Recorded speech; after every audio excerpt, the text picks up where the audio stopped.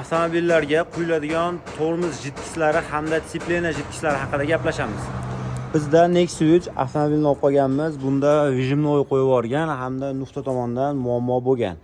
Bunga sabab bizdan oldin ikkita joyda avtomobilimizni rejimlarini almashtirgan, bir kunda qo'yib yuboradi. Bunga sabab o'zini asl jitkisi shunaqa JM original jitkisi bo'ladi. Bunga oddiy toshbaqa jitkisi dabafga qilib yuborgan. U bir-biriga hech qachon aralashmaydi. Tiko Damazgacha bo'lgan avtomobillarga shunaqa oddiy jitkisi quyiladi. Undan yuqori, ya'ni Matizdan boshlab buni buyog'i barcha Tracker 2 hamma avtomobillarga shunaqa JM jitkisi quyiladi.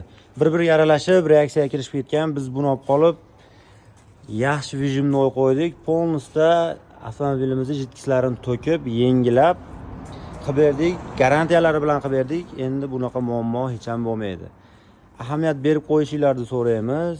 Jitkisini dabafga qilayotganda bunga avtomobilimiz Tiko Damazdan baland bo'lsa, shunaqasini faqat originalini quyish kerak. Bundan hech qachon quymang. Avtomobilingiz agarda Tiko hamda Damaz bo'lsa, shundan quying, bo'lmasa undan balandiga faqat JM jitkisi quyishlikni tavsiya qilamiz.